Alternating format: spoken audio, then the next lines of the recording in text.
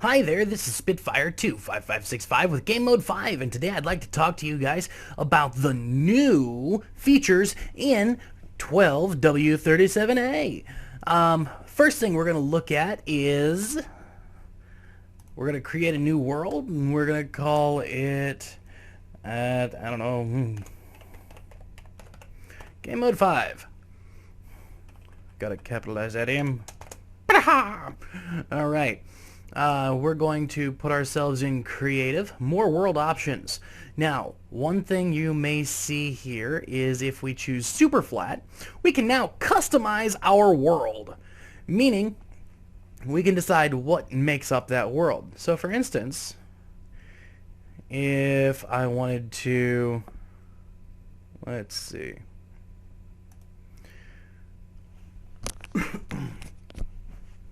If I wanted to, I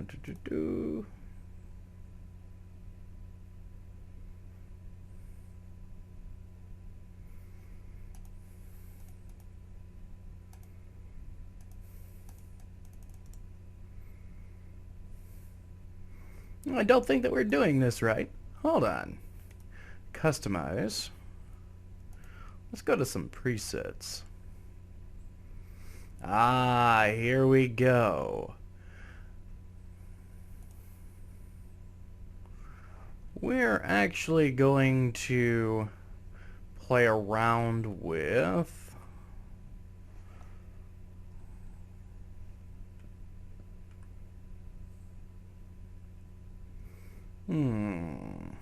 Okay, as you can see here, we can select a preset or you can make one. What you can do is this first one should be the version number of the superflat terrain. They did this so that they can change it later on and not break functionality. Very smart, Mojang. Let's see. This should actually be the block that we are going to use, which is 7. Quick look up here.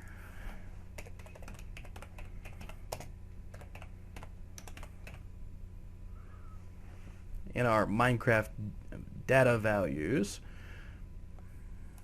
block number 7 should be bedrock. Is that right?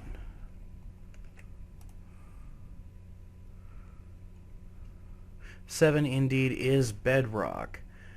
So what I would do there is I'm actually going to make that, let's see, let's click on desert here.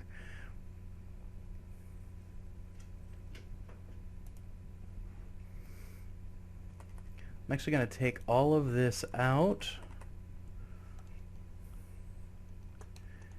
and just make 1x12. Okay, and then this second number here at the very end, that should be the biome color type. And then we are going to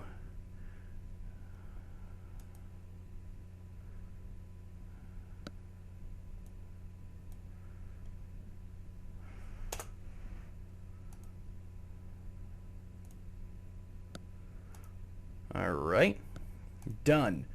Now, use that as our seed and hit done. And we're going to create a world. Now let me show you something very cool about the world we just created.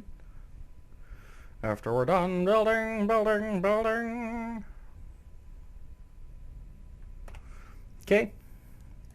This is a world full of sand. Sand as far as the eye can see. But, say I don't want sand. Say I want, oh, I don't know, space. Watch as my frames per sec go to nothing. We can see the sand falling to its inevitable doom in all directions. And in essence, what we now have is we have one single solitary block that we can now build off of, and we have space. Now that all the sand around me is fallen, let's check out my frames per second.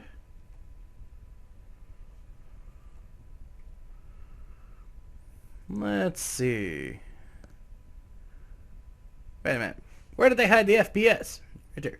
0 frames per second. I believe that may be due to the recording and the sand falling calculations. However, that should go up significantly after all the sand in the vicinity has fallen.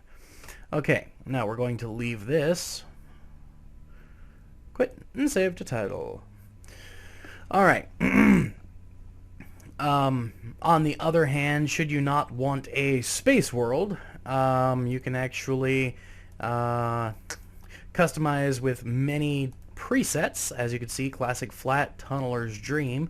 When we click on this, we can actually see that we have 230 levels of 1, which 1 is the equivalent to stone. We've got 5 layers of dirt and then 2 layers of grass. Or no, sorry. No. 5 and then one layer of grass.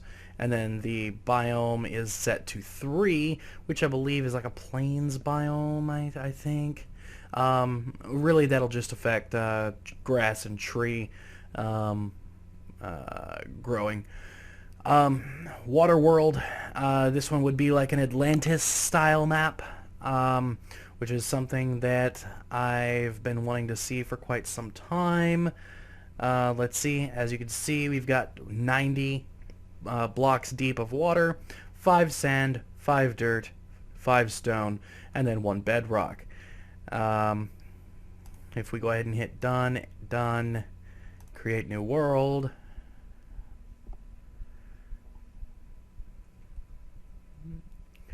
We should see we're at the bottom of the ocean.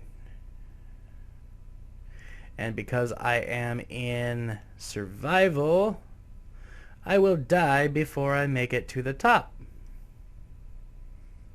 Let's watch me squirm.